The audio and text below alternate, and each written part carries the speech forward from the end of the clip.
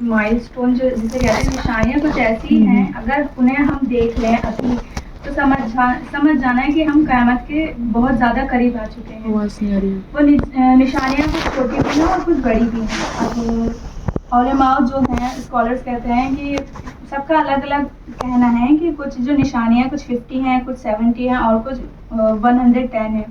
لیکن ان سبھی نے کہہ دیا ہے ابھی تک کہ جو نشانیاں ہیں مائنر نشانیاں جو اس میں چھوٹی نشانیاں قیامت کی وہ اب تک ہو چکی ہیں پوری کمپلیٹ. اور ہم جو اب اس 21 سینچری میں رہ رہے ہیں تو جہاں تک ہمیں دکھ رہا ہے تقریباً مائنر سائنس سے ہم گزر بھی چکے ہیں, ہم نے دیکھ بھی لیے اور ہم ابھی دیکھ بھی رہے ہیں ہوتے ہوئے.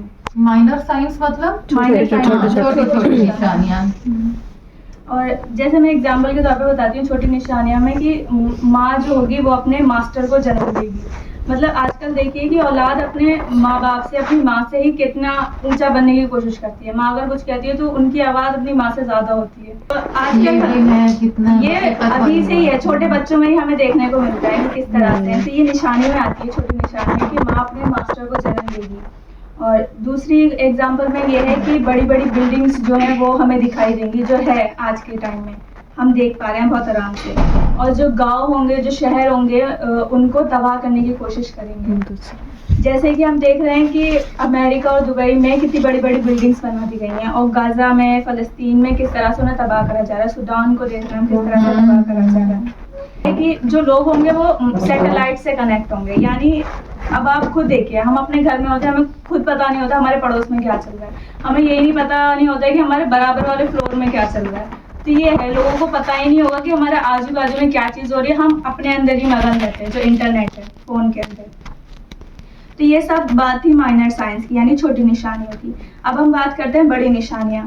اللہ کے نبی صلی اللہ علیہ وسلم نے بتا دیا ہے ایک ہی حدیث میں تمام نشانیوں کے بارے میں بتا دیا ہے. تو حدیث میں ہے حدیث نمبر 4055 سنن ابن ماجہ کی حدیث ہے. اس میں حذیفہ رضی ابن غفاری رضی اللہ عنہ بتاتے ہیں کہ اللہ کے نبی داخل ہوئے اور ہم سب بات کر رہے تھے. تو صلی اللہ علیہ وسلم نے پوچھا کہ تم سب کس بارے میں بات کر رہے ہو. تو انہوں نے کہا کہ اللہ کے نبی ہم قیامت کے دن کے بارے میں بات کر رہے ہیں. تو اللہ کے نبی صلی اللہ علیہ وسلم نے فرمایا کہ قیامت کا دن جب تک نہیں آئے گا جب تک تم ان 10 نشانیوں کو نہ دیکھ لو. اور وہ 10 نشانیاں کیا ہیں؟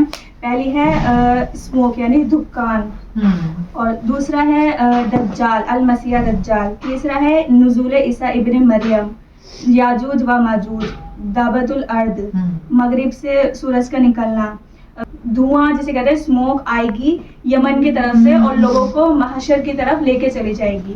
7واں. 8واں ہے لینڈ سلائڈ میں آتا ہے جو ایک نکلے گا ویسٹ کی طرف سے. اور 9 میں آتا ہے جو لینڈ سلائڈ سب سے 3 لینڈ سلائڈ ہیں جو دوسرا نکلے گا ایسٹ کے طرف سے اور لاسٹ نکلے گا عربین پینیسولا سے. تو یہ سب ہیں 10 سب سے بڑی نشانیاں جو اللہ کے نبی نے بتا دی تھی. لیکن اس میں امیزنگ بات یہ ہے کہ ہمیں اس کے کوئی سیکوینس انہوں نے کچھ نہیں بتائے تھے کہ ایک کے بعد ایک کیا ہوگا. تو جو اسکالرس ہیں فیمس اسکالرس ہیں انہوں نے ان سب حدیث کو اکٹھا کرا اور اس پہ پڑھا اور انہوں نے کیا کرا ان حدیثوں کو 2 حصوں میں بانٹ دیا. ایک حصہ ایک پورشن انہوں نے کر دیا کہ جو یہ نشانیاں دنیا کو چینج کر سکتی ہیں, اور ایک حصہ انہوں نے کر دیا کہ جو نشانیاں جنت کو چینج کر سکتی ہیں. جو دنیا کو چینج کر سکتی ہیں ان میں سے 3 نشانیاں سب سے پہلے ہیں, اور اس میں سے انہوں نے سب سے پہلے پر رکھا الدجال کو, اور دوسروں پہ رکھا نزول عیسیٰ ابن مریم, اور تیسرے پہ رکھا یاجوج و ماجوج. تو یہ ایگزیکٹ سیکوینس جو بنایا تھا وہ اسکالر نے بنایا. تو ہمیں سب سے پہلے پتہ چلا کہ سب سے پہلا جو کیا کہتے ہیں نشانی ہے وہ دجال کی ہوگی. تو ہمیں حدیث میں ملتا ہے کہ امام المہدی محمد بن عبداللہ المہدی ان کا پورا نام ہے. تو جب وہ اس دنیا میں ہوں گے تب دجال آئے گا. پھر دجال آئے گا, اس کے بعد عیسیٰ ابن مریم, عیسیٰ ابن مریم کے بعد آئیں گے یاجوج و ماجوج, پھر دعوت الارض, ایسے کر کر کے قیامت. یہ ہو جائے گا پورا لائن. جو نشانیاں پوری ہوتی جائیں گی اور قیامت تک پہنچ جائیں گی. تو بات یہ ہے کہ ہم اب جو جس دور میں ہم کھڑے ہیں نا ہم بالکل اینڈ پہ ہیں چھوٹی نشانیوں کی جو ہم نے پوری ہوتے ہوئے دیکھ لی.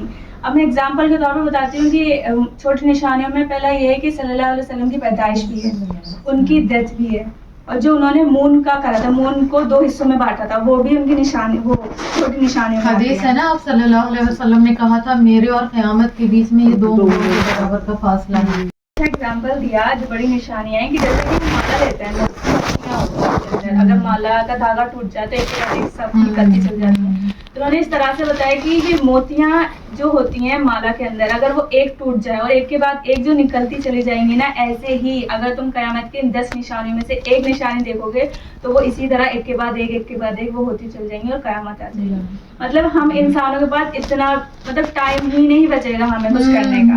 سمجھ جاؤ کہ ہمارا وہ اینڈ ہو جائے گا کہ ہمیں کچھ کرنا بھی ہے، اپنی مغفرت بھی کرنی ہے، وہ اینڈ پہ آ جائے گا، ہم ایک کے بعد ایک دیکھتے رہیں گے سب چیز. تو وہی دجال آئے گا، پھر عیسیٰ ابن مریم، یاجوج ماجوج، پھر آگے یہ سب. اب میں بتاؤں گی کہ فتنہ کیا ہے اصل میں دجال کا. ہم نے بہت سنا ہے دجال کا فتنہ، دجال کا فتنہ. تو صحیح بخاری کی حدیث 2946 میں صلی اللہ علیہ وسلم نے فرمایا کہ آدم علیہ السلام سے لے کر قیامت تک ایسی کوئی بھی انسان، ایسی کوئی مخلوق پیدا نہیں کری گئی جو دجال سے زیادہ بدترین ہوگی. انہوں نے پہلے ہی بتا دیا. اور حضرت عائشہ فرماتی ہیں صحیح مسلم کی حدیث 6712 میں کہ اللہ کے نبی منبر پر کھڑے تھے اور انہوں نے فرمایا کہ میں تمہیں وہ بات بتاؤں گا جو کسی نبی نے نہیں بتائی. اور دجال ایک آنکھ والا ہے اور میں ایک آنکھ والا، وہ ہمارا رب ایک آنکھ والا نہیں ہے. تو ایسا کیوں بولا کہ اللہ کے نبی نے کہ دجال ایک آنکھ والا ہے اور ہمارا رب ایک آنکھ والا نہیں ہے؟ کیونکہ دجال کی ہم نے سنا ہے کہ ایک آنکھ سمجھتے تھے کہ ہم اس کی ایک آنکھ ماتھے پہ ہوگی، ایک ہی آنکھ ہوگی اس کی، ہم نے سنا تھا. تو یہ ایسا نہیں ہے، ہمیں کئی روایت میں نہیں ملتا. وہ ہوگی تو 2 ہی آنکھیں ہوں گی اس کی. لیکن ایک آنکھ سے مراد یہ ہے کہ وہ بس اپنی جو دجال ہوگا وہ دیکھے گا، صرف دنیا دیکھے گا، جو ہے اس کے لیے بس دنیا ہے اور کچھ نہیں ہے. سب سے بڑی بات دجال یہ کہے گا کہ نہ میں ادھر کا ہوں، نہ میں سفیانی کے ساتھ ہوں، نہ میں یمانی کے ساتھ ہوں، میں بس اکیلا ہوں، نہ میں ادھر کا ہوں نہ میں ادھر کا ہوں، میں بس ایک پیس میکر ہوں، سکون دینے آیا ہوں یہاں پہ. اور وہ جو ہوگا وہ خود تو دنیا دیکھے گا اور انسانوں کو بھی دنیا دکھانے کی کوشش کرے گا. اس کا مین ریزن یہی رہے گا. تو وہ یہی بتائے گا کہ پہلے تو وہ سب سے پہلے یہی بتائے گا کہ میں تمہارا نبی ہوں، مجھے نبی مانو. تو ہم تو یہ کچھ لوگ ایمان والے ہوں گے وہ تو کہہ ہی دیں گے کہ نہیں ہمارا تو آخری نبی ہمارے محمد صلی اللہ علیہ وسلم تھے. پھر وہ دھیرے دھیرے کر کے کہہ دے گا کہ میں تمہارا رب ہوں، مجھے رب مانو. تو اس لیے دجال کو بولا گیا ایک آنکھ والا.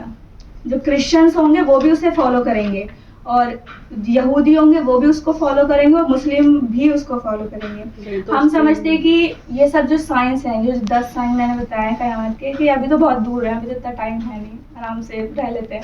لیکن ایسا کچھ نہیں ہے. کہ ہم دیکھیں نا، اللہ کے نبی نے فرمایا تھا اپنے آپ کو دجال کے فتنے سے بچا لو اور جان لو میں آخری نبی ہوں اور تم آخری امت ہو اور وہ تمہارے اندر سے ہی نکلے گا. اور اس بہکاوے میں مت رہنا کہ تمہارے بعد بھی کوئی قوم آئے گی، اگر وہ نکل آیا اور میں تمہارے بیچ ہوں تو میں اس کو دیکھ لوں گا، یعنی میں اس سے نپٹ جاؤں گا، پھر کوئی دقت والی بات نہیں ہوگی. لیکن اگر وہ آ گیا اور میں دنیا سے جا چکا ہوا تو ہر بندہ، ہر انسان اپنے نفس کی اور اپنی حفاظت خود کرے. یہ اتنی بڑی بات کہہ دی اللہ کے نبی نے ہم سے. تب آپ سمجھ جائیے کہ ہم کتنے ہی دور ہوں گے دجال کے فتنے سے. تابعی ہیں جو صحابہ کے بعد آتے ہیں، جنہیں کہتے ہیں، وہ امام طاؤس رحم اللہ تھے. انہوں نے اپنے بچے سے پوچھتے تھے کہ تم نے تشدد میں وہ دعا مانگی جو میں نے تمہیں بتائی تھی؟ تو وہ دعا یہ ہے کہ حدیث نمبر 909 میں سنن ابن ماجہ کی، اللہ کے نبی نے حکم دیا کہ اپنی ہر نماز میں ان 4 چیزوں سے پناہ مانگو. وہ 4 چیزوں سے پناہ یہ ہے کہ عذاب، میں بتاتی ہوں کون سی دعا ہے. اللہم انی اعوذ بک من عذاب جہنم ومن عذاب القبر ومن فتنة المحیا والممات ومن شر فتنة المسیح الدجال. تو اب سوچئے کہ کتنا بڑا یہ فتنہ ہوگا دجال کا، کہ اللہ کے نبی نے ہمیں کہہ دیا کہ ہر نماز میں اس سے ہمیں پناہ مانگنی ہے، دجال سے، کیا کہتے ہیں، قبر کے عذاب سے، ان سب سے. تو جو طاؤس رحم اللہ تھے اپنے بیٹے سے پوچھتے ہیں جب وہ نماز پڑھ کے آتے ہیں کہ بیٹا تم نے نماز پڑھی ہے تو تم نے یہ دعا مانگی؟ تو ان کا بیٹا کہتے ہیں نہیں تو میں نے تو نہیں مانگی. تو وہ کہتے ہیں کہ نہیں، جاؤ تمہاری نماز نہیں ہوئی، جاؤ جا کے دوبارہ یہ دعا پڑھتے رہو. تو جو تابعی تھے، نبی کے بعد آتے ہیں تابعی، وہ صحابہ کے بعد کا دور جو ہوتا ہے. تو یہ اس ٹائم پہ اتنے فکر مند تھے کہ میں اپنے بیٹے کو یہ سکھانا چاہتا ہوں کہ دعا سیکھے اور یہ بچ جائے. تو وہ اس ٹائم کی بات ہے اور ہم کتنے دور بعد آئے. لیکن ایسا نہیں ہے کہ یہ دعا پڑھنے سے نماز قبول نہیں ہوگی، ہو جائے گی. لیکن اس کا مطلب یہ ہے کہ کتنا ڈرایا گیا تھا، کتنا زیادہ. تو آپ سوچیے نماز بھی ایک دعا ہی ہے. اگر ہم اپنی نماز میں یہی چیز نہیں مانگ رہے تو پھر کیا ہی کر رہے ہیں ہم نماز میں. تو ہمیں تو سچ میں دیکھا جائے تو انسانوں کو اس ٹائم پہ کوئی فکر ہے ہی نہیں. اب ہم بات کرتے ہیں کہ دجال اصل میں دکھنے میں کیسا ہوگا، کیا اس کے ماتھے پہ سچ میں آنکھ ہوگی بھی یا نہیں. تو صحیح حدیث ہے سنن ابو داؤد کی 4320 میں اللہ کے نبی نے پورا بتایا کہ وہ کس طرح سے ہوگا. وہ ایک جوان آدمی ہوگا, ریڈیش کلر ہوگا, ریڈیش کلر ہوتا ہے نا تھوڑا ریڈش کلر, ہاں اچھا سرخ رنگ کا, ہاں ایسا اس کا اسکن کلر ہوگا, چھوٹی ہائٹ ہوگی, زیادہ لمبا نہیں ہوگا, جو اس کی ٹانگیں ہوں گی وہ کرو شیپ میں ہوں گی, ٹیڑھی, اور جو اس کے بال ہوں گے وہ بلیک ہوں گے اور ایسے لگیں گے دکھنے میں کہ سانپ لٹکے ہوئے ہیں اس کے سر پر, اور جو اس کی آنکھیں جو رائٹ سیدھی آنکھ ہوگی وہ اس کی بند ہوگی, اور جو الٹی آنکھ ہوگی وہ ڈیفیکٹڈ ہوگی, کچھ نہ کچھ کمی ہوگی, اور اس کی کیا کہتے ہیں لیفٹ آنکھ کے برابر میں ایک فلیش سی دکھے گی, تھوڑی ہلکی سی روشنی سی, اور وہ لگے گی ایسی, اور وہ ایسے لگے گا جیسے کہ کیسے بتاؤں, جو آنکھ ایک انگور کی طرح نکلی ہوئی ہوگی باہر کی طرح. ایک آنکھ سے تو کانا ہے وہ, ایک آنکھ اس کی تھوڑی صحیح بتائیے نا, وہ ایسی ہی ہوگی دکھنے میں, باہر سے نکلی ہوئی ہوگی, لیکن اس کی دیکھنے میں ایسا لگے گا کہ وہ دیکھ نہیں پا رہا, لیکن اس کی آنکھ ہوگی ایسی باہر نکلی ہوئی جو بہت خراب لگے گی ہمیں دیکھنے میں.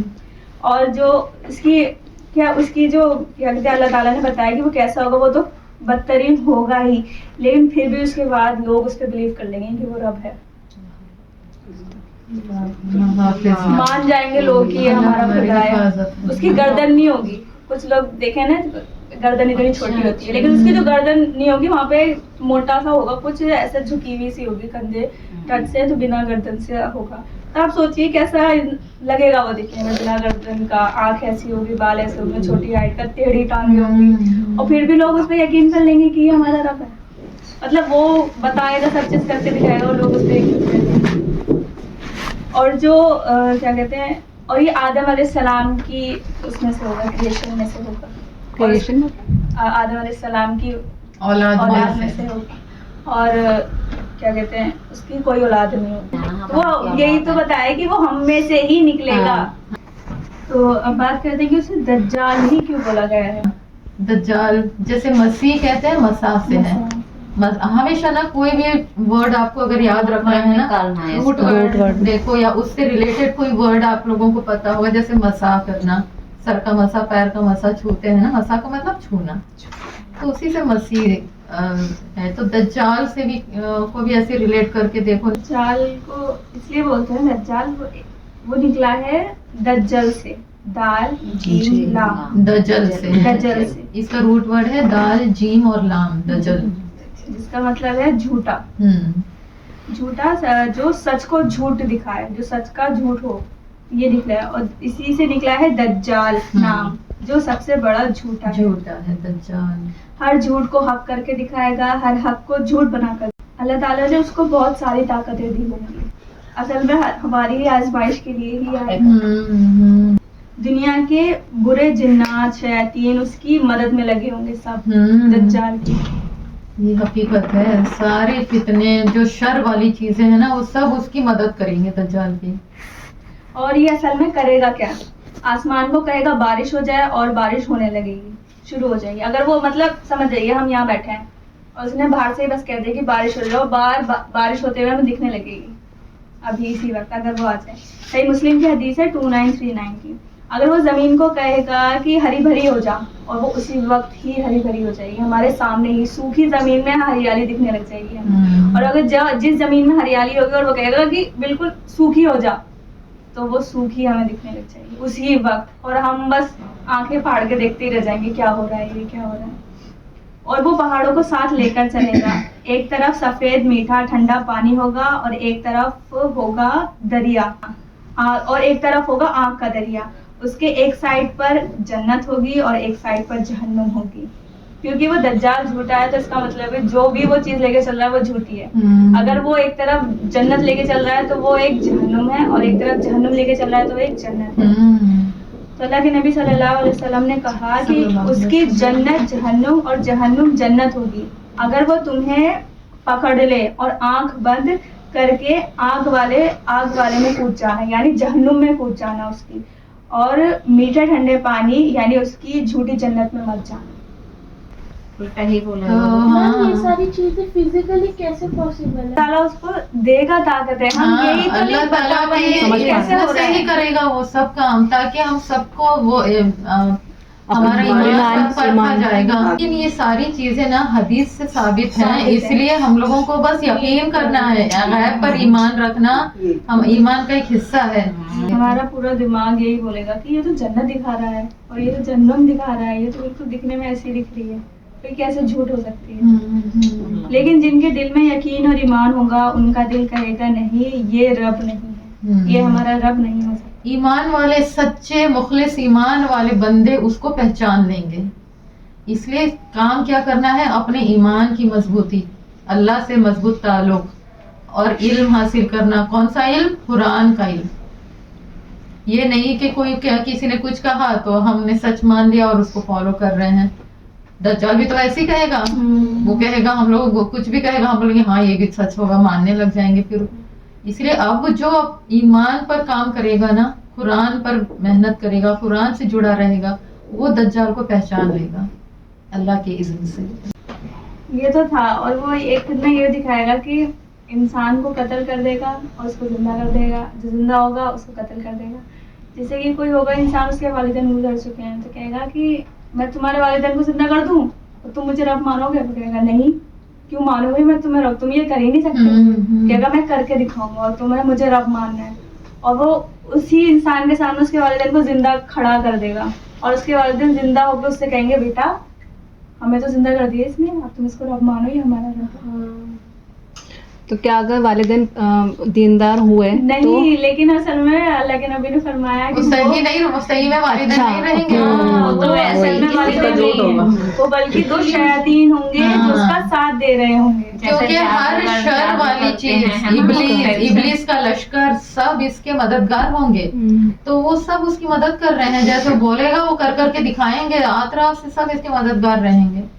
اور یہ سب پاسبل ہے اللہ کے اذن سے ہی. پھر بھی یاد رکھنا, لیکن دجال کے آنے سے پہلے 3 سال کا قہر ہوگا, اس کے بعد یہ بھی ہے, دجال آئے گا. قحط ہوگا, قحط سالی ہوگی ہر جگہ, سوکھا پڑا ہوا. صحیح مسلم کی حدیث ہے 2935 میں ہے کہ 3 سال, پہلے سال میں اللہ سبحانہ و تعالیٰ آرڈر دیں گے آسمان کو کہ تم 1/3 بارش روک دو, اور آرڈر دیں گے زمین کو کہ 1/3 ہریالی ویجیٹیشن روک دو, اور رک جائے گی. دوسرے سال میں اللہ تعالیٰ آرڈر دیں گے آسمان کو کہ 2/3 بارش روک دو, اور زمین کو کہیں گے 2/3 ہریالی روک دو. اور تیسرے سال اللہ تعالیٰ بولیں گے, آرڈر دیں گے کہ آسمان سے پوری بارش روک دو, اور زمین سے کہیں گے پوری ہریالی روک دو. اللہ اکبر. تو اس میں صحابہ کرام بہت حیران اور پریشان ہو گئے, تو انہوں نے رسول اللہ سے پوچھا کہ صلی اللہ علیہ وسلم اصل میں جب یہ سب چیز ہوں گی نہیں, نہ بارش ہوگی نہ ہریالی ہو, تو کھانا ہے ہی نہیں, تو ہم لوگ کھائیں گے کیا, لوگ کھائیں گے کیا؟ تو رسول اللہ صلی اللہ علیہ وسلم نے بہت اچھی بات بتائی. انہوں نے کہا کہ ان کا کھانا اور پینا بس تحلیل و تحمید و تکبیر, یعنی لا الہ الا اللہ, الحمدللہ اور اللہ اکبر. وہ کہتے ہیں نا, ایک اور حدیث تھی کہ صلی اللہ علیہ وسلم نے فرمایا ہے کہ اتنا بھر کے مت کھاؤ, گلے تک بھر کے مت کھاؤ. تو کچھ لوگ کہتے ہیں کہ کیوں بھائی, کھانا ہے پیٹ بھر کے تو کھانا چاہیے. ٹھیک ہے پیٹ بھر کے کھانا چاہیے, لیکن اپنے پیٹ سے زیادہ نہیں کھانا چاہیے. تو وہ کیوں نہیں کھانا چاہیے وہ یہاں پتہ چلے گا, کیونکہ جب یہ قحط آئے گا نا, تو جو لوگ بھر کے کھانا کھاتے ہیں تو وہ بھاگیں گے, ایسے بھاگیں گے جیسے پتہ نہیں کیا چیز انہیں نہیں مل رہی ہے, ڈھونڈ لیں گے کھانے کے لیے, اور انہیں کوئی ان کے دماغ میں یہ چیز گھسے گی نہیں کہ ہمیں یہ تحلیل تحمید اور تکبیر پڑھنی ہے. اس وقت میں پھر آزمائش بھی ہوگی نا ہماری کہ ہمارے پاس کچھ بھی نہیں ہے کھانے کے لیے, اور پھر وہ دجال آئے گا, ہمیں وہ دکھائے گا ساری, تو پھر ہم اس طرف گئیں گے, ہمارے پاس اٹریکٹ ہوں گے. وہی چیز. اور ایمان والے کیا کریں گے, یہ ذکر کریں گے. اس لیے لازم اپنے اوپر لازم کر لینا یہ ذکر کرنا روز, کتنے چلتے پھرتے اڑتے بیٹھتے اللہ کا ذکر, سبحان اللہ والحمد للہ ولا الہ الا اللہ واللہ اکبر, درود, استغفار, لا الہ الا اللہ محمد رسول اللہ, یا ذل جلال والاکرام. یہ ذکر تو اپنے اوپر لازم کرنا, تب جا کے ہم لوگ اس وقت ہم یوز ٹو ہوں گے. ہاں یوز ٹو ہوں گے. اور اپنی حفاظت کیسے کریں گے, یہ ذکر سے. یہی ہے, ہم سوچتے ہیں کہ یہی تو چیز ہے, ہمیں یاد ہے, ہم پڑھ ہی لیں گے. جیسے ہوتا ہے نا پہلا کلمہ, لوگ کہتے ہیں یاد تو ہے, مرتے وقت پڑھ ہی لیں گے. بھائی جب ہم حقیقت اپنی دنیا میں ہی زبان پہ نہیں پڑھ رہے اپنے, تو اس وقت دماغ میں کیسے آئے گا, کیونکہ اس ٹائم پہ ہماری یادداشت نہیں کام آئے گی, صرف ایمان کام کرے گا.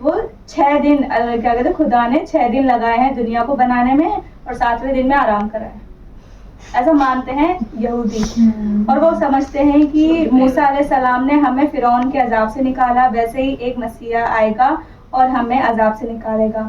وہ سب سمجھتے ہیں کہ ابھی ہم عذاب میں ہیں, ایسا ماننا ہے یہودیوں کا. اور ان کے اسکرپچر جو ہے اس میں یہ لکھا ہے کہ گاڈ کو پچھتاوا ہوا اس چیز کا کہ انہوں نے انسان بنائے, انسان کو بنانے کا پچھتاوا ہوا ہے. ان کی اسکرپچر جو ہے اس میں لکھا ہے. اور جو اینجلس ہیں, فرشتے ہیں, وہ ان کو تسلی دے رہے ہیں. یہ ہے. اور یہ کانسیپٹ ان کے گاڈ کا اور موسیٰ علیہ السلام کو یہ مانتے ہیں کہ موسیٰ علیہ السلام بالکل بہت اچھے تھے, ویل مینٹین تھے, اور کیا کہتے ہیں بالکل اچھا ان کا دماغ تھا, اچھی عقل تھی ان کی. اور انہوں نے یہ تو ہمیں پتہ ہے کہ انہوں نے عصا مارا تھا وہ کیا کہتے ہیں زمین پر, تو وہ سمندر کے پارٹس ہو گئے تھے.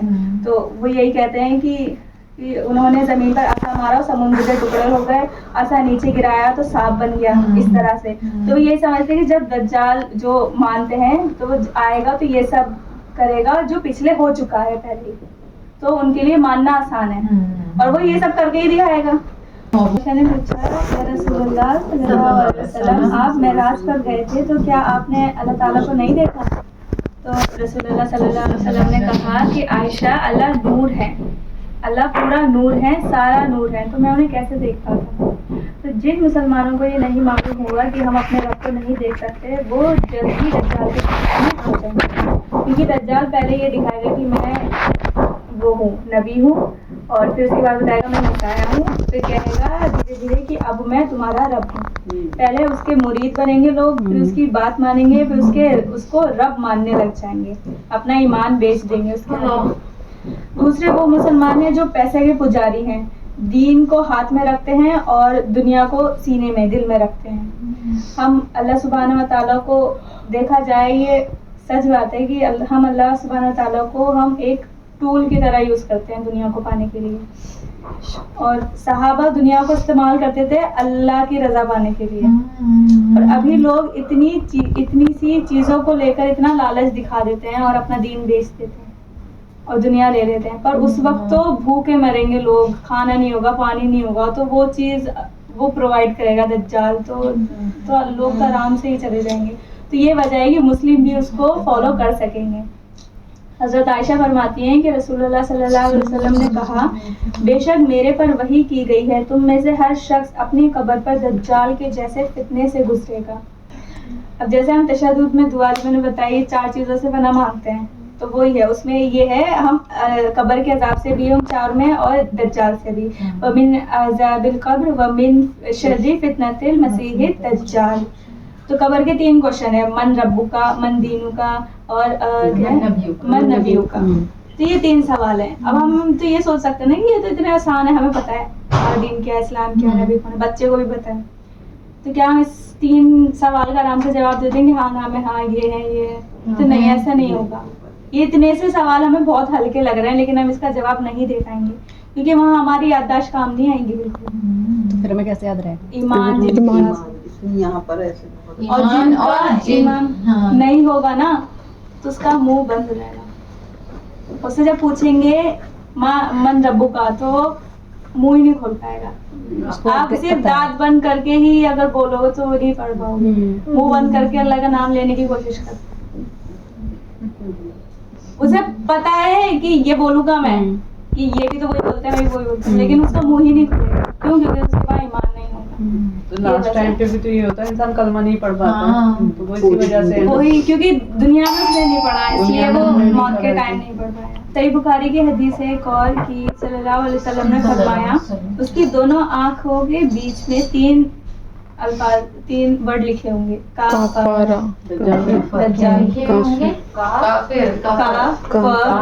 کافر. یہ صحیح بخاری اور صحیح مسلم کی حدیث میں آتے ہیں کہ اس کی دونوں آنکھوں کے بیچ میں کافرہ لکھا ہوا ہوگا. اور جو کرسچنز ہیں وہ یہ مانتے ہیں اس کے کہ وہ جو مانتے ہیں کہ ایک مسیحا آئے گا, اس کی دونوں آنکھوں کے بیچ میں 666 لکھا ہوگا. کافرہ کو وہ سمجھتے ہیں 666. ہاں, اور وہ اس پہ بہت بلیو کرتے ہیں. ان کا یہ ہے بلیو ہے کہ جو مسایا آئے گا اس کی آنکھوں کے بیچ میں یہ 3 لکھے ہوں گے 6 6 6. تو آپ نے دیکھا ہوگا ایلومیناٹی کے جو کانسیپٹ ہے 6 اور 6 6 سے کیا ہے ان کا. کیا کرتے ہیں جب انسان کانسرٹ میں ہوتے ہیں نا لوگ گاتے ہیں تو وہ کیا کرواتے ہیں لوگوں سے بولو 1 2 3 مطلب 1 + 2 + 3 = 6. تو بار بار بلواتے اپنا کوڈ بلوا رہے ہیں کوڈ بلواتے ہیں اپنا. وہ ہر کانسرٹ میں ہوتا ہے تو ہر بلواتا ہے concert میں 1 اسی لیے ہم کانسرٹ میں نہیں جا رہے ہیں. کیونکہ وہ انتظار کر رہے ہیں دجال کے آنے کا. اللہ کے نبی صلی اللہ علیہ وسلم نے فرمایا اس کا لائن کا انتظار کر رہے ہیں. ہر مومن شخص اس کو پڑھ لے گا چاہے وہ ان پڑھ ہو یا پڑھا لکھا ہو. لیکن شرط یہ ہے کہ اس کے اندر ایمان ہونا چاہیے. اگر اس کو پتا ہے کہ دجال کیا ہے, اسے سب پتا ہے دجال کے بارے میں, پوری ہسٹری پڑھ لگی, لیکن اگر اس کے اندر ایمان نہیں ہے وہ نہیں پڑھ پائے, بالکل بھی نہیں پڑھ پائے. ایمان ہونے کا مطلب کیا ہے؟ جو بات ہو رہی ہے جو ایمان والا ہوگا وہ قبر کے سوال کا بھی جواب دے سکتا ہے, وہ دجال کو بھی پہچان لے گا. ایمان کا ہونا بہت ضروری ہے. ایمان مطلب آپ کی جو لائف سٹائل ہے اس میں آپ دین کو فالو کر رہے ہیں. ہاں ایگزیکٹلی یہی ہے. آپ دن میں 1000 تسبیح لا الہ الا اللہ محمد رسول اللہ بھی پڑھ لو, لیکن آپ کی نمازیں صحیح نہیں ہیں, آپ کے اندر شرک بدعت منافقت بھری ہوئی ہے, تو آپ کا ایمان بیکار ہے. زبان سے اقرار کرنا اور اعضاء سے اظہار کرنا. شریعت کے حساب سے پڑھتے ہیں ہم لوگ, اسلام ہمارا ہے نا, تو اللہ کے نبی صلی اللہ علیہ وسلم نے ہمیں شریعت میں لکھا ہے, ہمیں وہ عبادت بتاتی ہیں جو ہمیں کرنی ہے, ایکسٹرا عبادت نہیں بتائیں. جو عبادت بتائیں بس ہمیں وہی کرنی ہے, اس کے علاوہ نہیں کرنی. یہ ہے عبادت کا. دنیاوی اعمال میں یہ ہے کہ جو چیز ہمیں حرام بتائی ہے اسے نہیں کرنا ہے, باقی چیز حلال ہے بس. دنیاوی معاملے میں بس وہی چیز بنا کی گئی ہے جو حرام ہے, باقی چیز حلال ہے. عبادت کے معاملے میں بس وہی چیز بتائی ہے جو کرنا ہے, اور باقی جو نہیں کرنی وہ بتائی ہی نہیں ہے. بس یہ ہے دین ہمارا بہت سہل ہے, بہت آسان ہے. تو ایمان ہوگا تو ثابت قدمی ملے گی. ثابت قدمی مطلب جمع رہنا, وہ اللہ تعالیٰ کی طرف سے ہوتی ہے. ایمان اگر آپ کا ہے تو آپ ہر فتنے سے بچ جائیں گے, نجات مل جائے گی, ثابت قدمی مل جائے گی. ایمان کا ثابت قدمی یعنی ثابت قدمی کا ہونا ہے. اللہ نے بتایا ہے کہ ثابت قدمی اگر انسان کے اندر ایمان ہے, جیسے ایک حدیث میں بھی آتا ہے کہ انسان دن میں مومن ہے تو رات میں منافق بن جاتا ہے. یہ نہیں ہے. انسان کے اندر ایمان کا مطلب وہی کہ عمل سے بھی ظاہر ہونا چاہیے, زبان سے بھی ہونا چاہیے, اور دل میں بھی ہونا چاہیے. دل میں ہی ہونا کافی نہیں ہے, ان تینوں چیزوں پہ ہونا چاہیے. اور جس کے اندر ایمان آ گیا اور اس نے اس چیز کو بار بار کرنا شروع کر دیا تو اللہ اسے ثابت قدمی جما دے گا اس کے اوپر. اور جو جم گیا, جسے ثابت قدمی سے بولتے ہیں تثبیت, جسے ثابت قدمی مل گئی تو پھر انشاءاللہ کہ وہ اس فتنوں سے تو بچ جائے گا دنیا کے, تو وہ دجال کے فتنوں سے بھی بچ جائے گا. اللہ تعالیٰ نے بتایا بھی ہے قرآن میں کہ میں ثابت قدمی دوں گا, لیکن صرف ملے گی بھی تو انہیں جو ایمان لانے کی کوشش کریں گے اور جمع رہنے کی کوشش کریں گے. صحیح مسلم کی حدیث ہے 158 میں کہ 3 چیزیں صلی اللہ علیہ وسلم نے فرمایا کہ 3 چیزیں جب نکل آئیں تو لوگوں کو ٹائم نہیں ہوگا اپنے ایمان کو اچھا کرنے کے لیے, ایمان کو بچانے کا. وہ 3 چیزیں ہیں, پہلا دجال, دوسرا مغرب سے سورج کا نکلنا, اور تیسرا دعوت الارض. دجال کے فتنوں سے پہلے تم اگر باقی فتنوں سے بچ رہے ہو تو اس کے فتنے سے بھی انشاءاللہ بچ جاؤ گے. اور تم دجال کے فتنوں سے نکلنے سے پہلے باقی فتنوں کا شکار ہو رہے ہو تو تم اس کے فتنوں کا بھی آرام سے شکار ہو جاؤ گے. آج کل کے فتنے کیا ہے, مال کا فتنہ, نشے کر رہے ہیں لوگ آج کل, ڈرگس کا فتنہ, مرد کے لیے عورت کا فتنہ, عورتوں کے لیے مرد کا فتنہ, یہ سب فتنے ہیں آج کل کے. ایمان ضرور لے کر آؤ ان 3 چیزوں کے نکلنے سے پہلے.